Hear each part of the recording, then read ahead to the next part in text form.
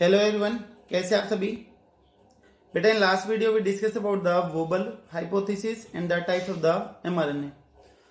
Today we will discuss about the mRNA and the RNA.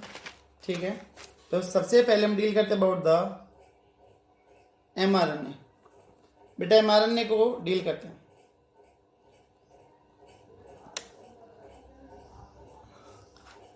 MRNA also known as the full name के mRNA का, that is messenger RNA. Messenger RNA इसलिए बोलते क्योंकि ये message लेके आया है। ठीक है, ये जो डीएनए की इंफॉर्मेशन थी कोडोन के फॉर्म में, वो कोडोन इसके ऊपर प्रिंट हो चुके हैं, तो दैट्स व्हाई इन्होंने द मैसेंजर आरएनए। ठीक है, because it carry information from DNA to mRNA and mRNA to protein. बेटा जो भी इंफॉर्मेशन होती है एमआरएनए के ऊपर, उसी के अकॉर्डिंग आपके अमीनो एसिड आके ऐड होते हुए जाते हैं। तो जो प्रोटीन का नेचर है बेटा वो किसके ऊपर डिपेंड करेगा, एमआरएनए की सीक्वेंस के ऊपर डिपेंड करता है। ठीक है, तो इंफॉर्मेशन पास आउट हुई है डीएनए से एमआरएनए में, और एमआरएनए से कहां पर जाएगी, प्रोटीन के अंदर जाती। तो हम इसको लिख दें 8 कैरी जेनेटिक इंफॉर्मेशन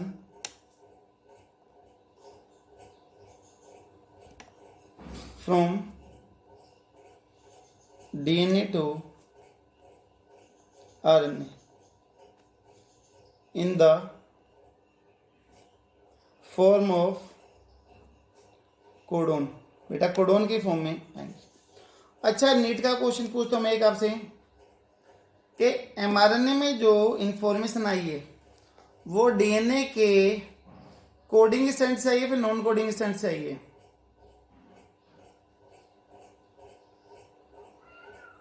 या फिर मैं पूछूं कि टेम्पलेट से आई है या फिर नॉन टेम्पलेट से आई है, सेंस से आई है फिर एंटी सेंस से आई है। ये आपको सोचना है और कमेंट बॉक्स में या फिर कल की क्लास में आप आंसर बता सकते हो कि क्या होगा। ठीक है बेटा, जो mRNA that is the longest RNA. ठीक है, लॉन्ग आरएनए, लेकिन इसकी जो अमाउंट है वो काफी कम है, नियर अबाउट बेटा 5% ही मिलता है। ठीक है, लॉन्ग आरएनए, लेकिन लीस्ट अमाउंट में, लीस्ट अमाउंट है ओनली 5%, सिर्फ 5% ही होगा। ठीक है, कितने बेसिस का बना हो सकता है बेटा, इसमें जो बेसिस इन्वॉल्व होंगे, bases are near about 75 to 6000 bases present हो सकते हैं बेटा। टीआरएनए में कल हमने देखे थे 77, लेकिन वहां पर भी बेटा आपको नंबर मिलेंगे 73 से लेके 79 तक वहां पर कंज्यूम हो सकते हैं। ठीक है, ये बेटा जेनेटिक इंफॉर्मेशन लेके आ रहा है, तो इसको जेनेटिक आरएनए भी बोल देते हैं। MRNA also known as the, यहीं पर लिख देता हूं मैं, also known as informational RNA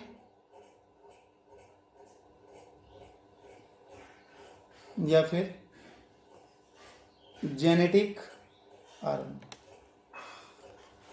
बेटा जो कुछ लोअर कैटेगरी बैक्टीरिया है फिर वायरस है, उनके अंदर जेनेटिक मटेरियल आरएनए मिलता है, तो इसलिए इसको जेनेटिक आरएनए भी हम बोल देते हैं।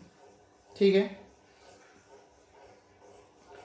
इसके अलावा बेटा अगर हम इसकी स्ट्रक्चर की बात करें, मैंने बताया था बनेगा किससे, इसकी जो फॉर्मेशन होगी वो होगी बाय द ट्रांसक्रिप्शन। ट्रांसक्रिप्शन से डायरेक्टली बनेगा इनके केस ऑफ द प्रोकैरियोट, और यूकैरियोट्स में क्या होगा, पोस्ट ट्रांसक्रिप्शनल मॉडिफिकेशन होंगे, चेंजेस होंगे, जिसकी वजह से एमआरएनए बनता है। ठीक है, तो mRNA get form by transcription process. Transcription process से बेटा बनता है। ठीक है, इसके ऊपर क्या होंगे, जेनेटिक कोड प्रेजेंट होंगे जो अमीनो एसिड को रेगुलेट करेंगे। तो mRNA have genetic code which control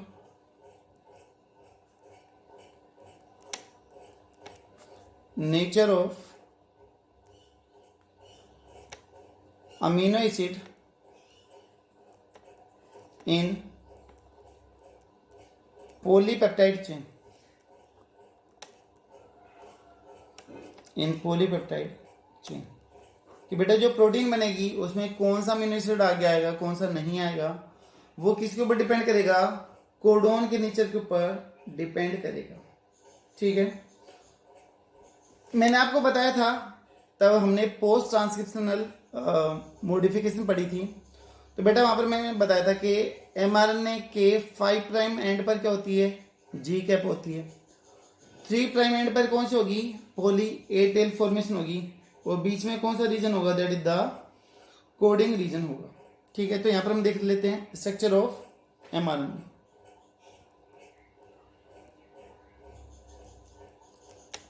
कि mRNA कैसे दिखेगा।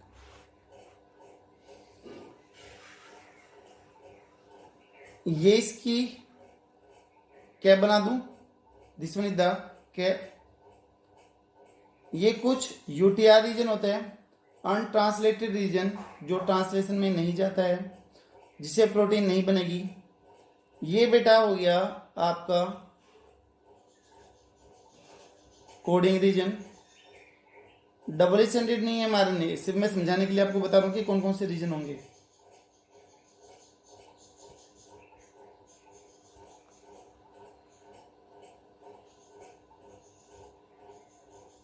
ये हो गई पॉली ए टेल फॉर्मेशन। ठीक है, mRNA। अब बेटा इसकी जो लेबलिंग है वो बहुत जरूरी है, कंपटीशन एग्जाम के लिए भी और बोर्ड एग्जाम के लिए भी पूछा गया कई बार।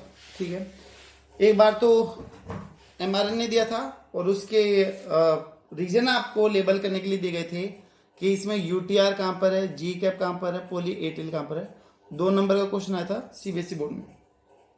तो बेटा this one is the 5 prime site and this one is the 3 prime site. ठीक है, 5 प्राइम पर जो ये आगे की तरफ आई है, this one is the poly A tail और जी कैप। बोलो भाई क्या है ये,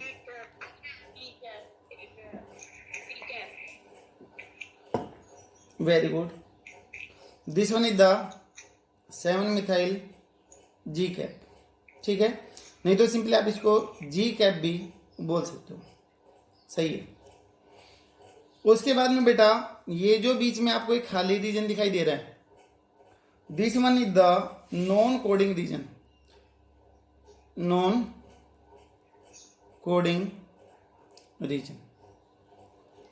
ये बेटा वो रीजन है जो ट्रांसलेशन के अंदर नहीं जाता है। ठीक है, इसको आप यूटीआर भी बोलते हो, यूटीआर, अनट्रांसलेटेड रीजन, वो रीजन जो ट्रांसलेशन में नहीं जाए, अनट्रांसलेटेड रीजन। ट्रांसलेशन क्या है, mRNA से प्रोटीन का बनना, दैट इज द ट्रांसलेशन। बेटा जो ये पहला नॉन कोडिंग रीजन है, that is consist of only 10 to 100 nucleotide, 10 से लेके 100 न्यूक्लियोटाइड का ये बना हुआ है। क्लियर है ये। तो बेटा ये हो गया नॉन कोडिंग रीजन पहला। अब जो ये बीच का रीजन आपको दिखाई दे रहा है, दिस वन इज द बेटा कोडिंग रीजन। ये पूरा का पूरा क्या है, कोडिंग रीजन है। ये वो रीजन है जो अमीनो एसिड के नेचर को कंट्रोल करेगा। ये दोनों तो जा ही नहीं रहे थे तो इनको यूटीआर बोला। दिस वन इज द बेटा कोडिंग रीजन। जो कोडिंग रीजन है that is mainly consist of the 1600 nucleotide. ठीक है, कुछ हायर लेवल एग्जाम के अंदर बेटा ये नंबर भी पूछे गए हैं कि जो फर्स्ट यूटीआर है on the 5 prime side that have how many nucleotide. ठीक है, तो ये भी आप याद कर लोगे। इसके अलावा बेटा देखो जो ये कोडिंग रीजन है इसका काम क्या होगा, coding region control amino acid nature. Amino acid के नेचर को क्या करेगा, ये कंट्रोल करेगा। उसके बाद में बेटा ये जो दूसरा रीजन दिखाई दे रहा है बीच में आपको, है ना, ये आपका सेकेंड यूटीआर हो गया, ये भी नॉन कोडिंग रीजन है, ठीक है। This one is the second UTR, untranslated region है, ये भी ट्रांसलेशन में नहीं जाएगा। इसमें बेटा कितने न्यूक्लियोटाइड होंगे, that are near about consist of 50 to 150 nucleotide का ये बना, ठीक है। पहला रीजन था कितने का, 10 to 100 न्यूक्लियोटाइड का था, दूसरा कितने का बेटा 50 to 150 न्यूक्लियोटाइड का कंसिस्ट है, ठीक है। बीच का बेटा ये कोडिंग रीजन। अब कोडिंग रीजन में भी आपको याद होना चाहिए कि तब ट्रांसलेशन शुरू होगा तो बेटा यहाँ पर स्टार्टिंग में मिलेगा स्टार्ट कोडोन AUG, कौन सा मिलेगा AUG, जिसको हम क्या बोलते हैं इनिशिएशन या फिर स्टार्ट कोडोन बोलते हैं, इनिशिएशन या फिर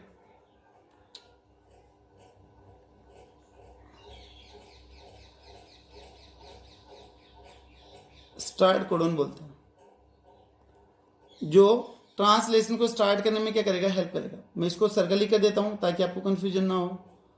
तो ये AUG इनिशिएशन या फिर स्टार्ट कोडोन, यहां पर मैं लिख देता हूं AUG नोन एज इनिशिएशन और start codon which help to start the